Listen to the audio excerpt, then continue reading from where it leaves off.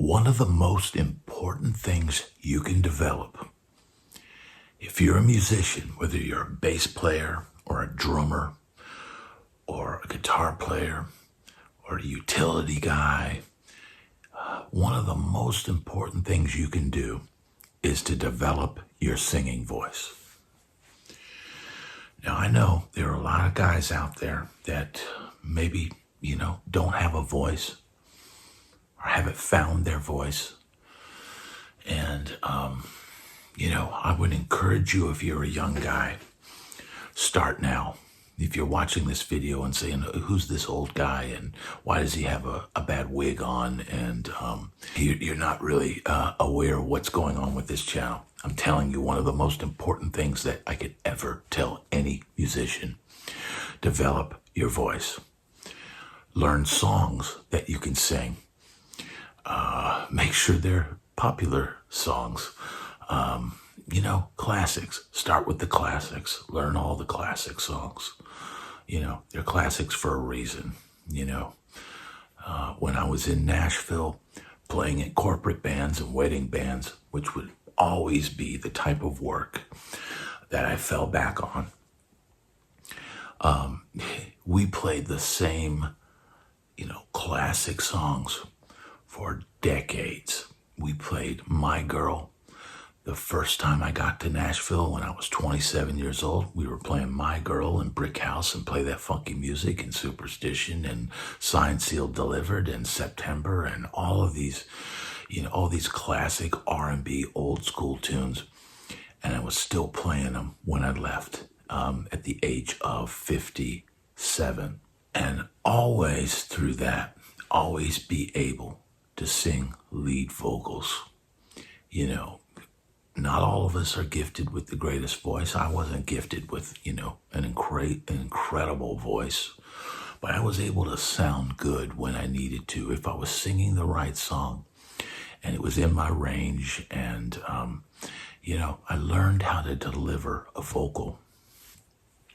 Now, my journey as a singer started as a little kid, way before I picked up a guitar and way before I learned my first cowboy chords. I was singing. I would be sitting on my the restaurant, where my parents ran as a kid. I'd be sitting on the front porch, sitting in a rocking chair, and I'd be singing "Raindrops Keep Falling on My Head." And that was a song that I loved as a little kid. And I would just rock back and forth, and I'd be singing. And then when I discovered Elvis, I was kind of a strange kid because it was the 70s and, I was into 50s music, but I would listen to Elvis records, and I could remember just being in my room and just pacing back and forth and singing every note of the one of his greatest hits records. And, that's an early start of developing my voice. So if you have a child that's into music and you're watching these videos because of that, if they're singing all the time, well, then that's the start. That's how it starts. And, you can be an incredible player. And there are some that are incredible players and they don't sing. And they're able to carve out a career. But you're going to be far more in demand if you can sing. And even if you're not the greatest singer, you should find a handful of songs that you can always pull out and sing for somebody. Hey, you might want to get a girlfriend sometime, and she might come over to your place, at 1 o'clock in the morning, and she might be having second thoughts, and she might say, well, sing me a song. And if at that moment you can sing a nice, beautiful song with a heartfelt delivery, she might become your girlfriend. Let's just put it that way. But you're going to make yourself way more desirable to somebody who could potentially hire you. And, I started at a young age. I think I was around 8th or 9th grade. I started taking, professional vocal lessons. Now, vocal lessons are, I think really the act of going and sitting down, standing up. You would stand in the corner and they would, play a chord and then they'd play the scale and you would do different vowels. I think for the first like year or two, I was literally like singing like that with my mouth open and going like that. And me, doing all that and all the different vowels. And it wasn't any like complex scales, or we never even really got into songs. Like, my teacher was a classical teacher and had, was versed in like opera style singing, but they try to teach you to sing from your diaphragm. They try not to strain your voice and sing incorrectly. And she would also work with me on notes. I used to scoop. I would go, and she's like, no, don't scoop, sing the note. And little things like that, probably from listening to Elvis too much. I was probably, doing all that kind of stuff. But that was probably some of the most important thing that I learned and developed, in playing in the garage band days. I'd be singing all kinds of stuff. I'd be, the Stones were always a voice that I could kind of imitate and do. And, and some the Clash and stuff like that. I wasn't a guy that was going to sing Rush or or Journey or anything like that, because I was a bass baritone. So ultimately, I was limited by the voice that I had, but I still knew that, hey, I need to be able to deliver if somebody asked me to sing a song, and learn how to find your key. Know your key. If you're a singer and you're watching this video, I'm going to implore you to learn which keys you sing your songs in. I can't tell you how many singers come up to the bandstand and goes, hey, can I sit in with you guys? I'm a singer. Okay. What song do you want to play? Oh, I want to play, My Funny Valentine. Okay. What key? And then they go, oh, I don't know. And then inevitably what happens is you start playing the song and they come in and they can't sing it in that key, and they end up tanking, and the band goes, well, there you go, another singer that comes up on stage and doesn't know their key. So learn what keys you can sing your songs in, and that will serve you well if you're just a singer. But my voice is what eventually got me my last road gig. Now, my first road gig I got because my voice. They needed somebody to sing high harmony, and I ended up, jogging and training to be able to do that. Because when I got the gig, I heard the parts I was going to have to sing, and I was like, oh my God, I can't hit those notes right now. So I immediately went out and started jogging every day, and got my range back up, got the oxygen back in my lungs. And that's how I got my first road gig. It was really more about, can you sing this high harmony? So there's the first time I went on the road with that. And then, later down the road when I got with an oldies act, to help the main guy out, each night, we all sang 1 to 2 songs each night. And, there was a one time where we were playing my first arena gig. And we were doing like a marathon 2.5 hour, show with all of these. They wanted all these special songs. We were in the Philippines, and the artist that I was playing with, Gary Lewis, was a huge star in the Philippines in the 60s. I mean, he was played on the radio. If Wooly Bully, was a hit for, the band that did Wooly Bully, well, Gary Lewis had done a version of it, and it would be played in the Philippines, and it would be the huge hit. No one would know the original version. They would know the Gary Lewis version. So he had all of these songs that we were doing that were, his songs. And we get out there and, we fly to the Philippines. So that's a lot of time in a plane, and air conditioning can do a number on your voice.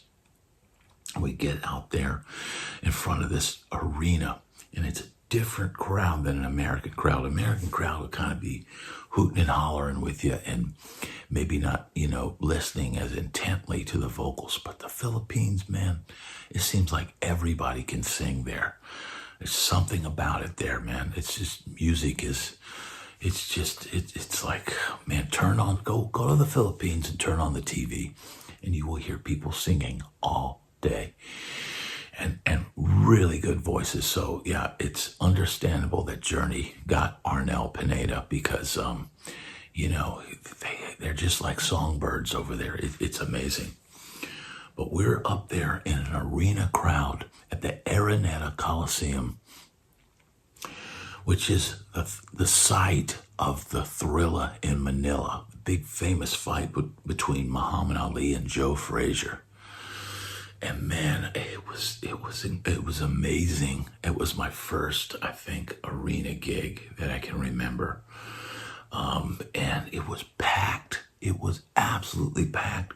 But we get up there and we start getting deeper into the set. And I notice our singer, he's starting to lose his voice, and I can see him panicking and he's freaking out, and we're having to do all of these songs that we don't normally do, and it's this extended set. And so we kind of just looked at each other and pretended we were the Beatles, and we just started singing along with him, and everybody's just singing in unison and just trying to support him and lift him up. And this is something that I had to do at the Roxy when I'm, in the 80s, and I'm having to, our lead singer's blown his voice out before the show. And there's supposedly record company people in the crowd, and it's supposed to be this big, opportunity, and he's blown his voice out. So what happens? I have to get on the mic and just start belting out every chorus I knew and any part that I knew to just try to provide support for what little voice they had left. And this is why, singing is so important. My last road gig that I got, I didn't get it just because I was a guitar player. They needed a guitar player that could sing all the choruses of the songs. The artist that I was playing with was not really a singer, and it was what he called spoken word country. But, the vocalists that had sung on the records were all name guys, from like Darius Rucker to Keith Urban to, Luke Bryan to John Michael Montgomery. Were all these voices that were on the recorded songs. And so they needed somebody that could sing. And that was probably more important than anything that I played on guitar. So I struggled at first because I'm not a huge country music fan. The thing that I really don't like is kind of the way the current crop of country singers sing, which is that nasally, like, kind of thing. And that is just not me. That is not something I can do. For one, I'm a bass baritone. So I would be more inclined to be like is it Randy Travis or Josh Thompson or somebody like that with like a baritone, like soothing kind of baritone sound. But, there's not a lot of music out there where you can just sing, kind of baritone in your range. So I was having to, sing all these other people's parts. At first, I really kind of struggled to find my voice. Like, how am I going to sing these songs and make it believable? Because this is not really what I'm into vocally, and it's not really something that I did a lot, was sing country music. But now all of a sudden I'm thrust into that position, and I'm having to sing country. And it's like my job depends on it. And then I went back, I'd be in my bunk, late at night, and I put in my, my in-ears, and I would be listening to stuff on my iPhone. I started going through my playlist of what I had on my phone, and there was a live Elvis album on my phone. And, he was known to do some country music. Elvis is country. Elvis was as much country as he was rhythm and blues. And so I started listening to that, and I started noticing the nights where I would listen to Elvis, the next day, it was like I found my voice. And so that is what I did. I went out there and I pulled back the experience that I had as a little kid, pacing around in my room, singing Elvis songs. By doing that, I found the voice that got me the job in my 40s. And so there I was on stage, and man, I would play it up. My voice, I got a really big voice. I don't have a lot of range, but I can really bellow, kind of like Elvis, and I could just fill up a room with sound. And we'd be playing these arenas and clubs and theaters and all kinds of things. And man, that voice that I had started working on when I was 6 or 7 years old, pacing around in my room, singing Elvis songs, that voice carried me into my 40s and on into my 50s, playing live music. And, especially on that road, filling up those arenas, just like I had seen Elvis Presley do himself, filling up the room with this huge voice. And spending that time as a kid, developing my voice, that was probably unknowingly the smartest thing